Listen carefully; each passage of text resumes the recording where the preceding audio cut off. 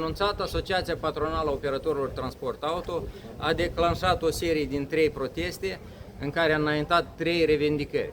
Suntem la al doilea protest, așa cum am spus, în fața sediului Delegației Uniunii Europene și amintim revendicările noastre. Prima este ca metodologie de calcul a tarifelor pentru serviciile de transport să fie aprobată și publicată.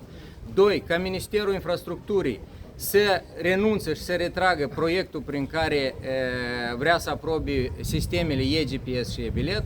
Și 3. ANTA să-și retragă scrisorile prin care ne obligați să adaptăm mașinile pentru transportul persoanelor cu dizabilități, cerințe care din punct de vedere formal a fost executată, deoarece ANTA într-adevăr și-a anulat acele scrisori și am fost anunțat despre acest lucru.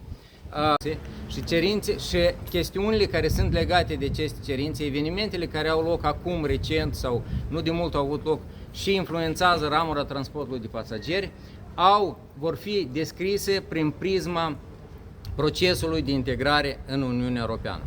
Noi, până a trece să explicăm fiecare din aceste cerințe, anume prin prisma legislației europene și necesității de a ne integra în Europa, noi vrem să facem mai întâi totalurile primului protest. Noi am protestat pe data de 9 în fața clădirii Guvernului. Totalurile primului protest au fost acelea că transportatorii, conducătorii de întreprindere au fost sunați de către poliție și intimidați și amenințați cu controle.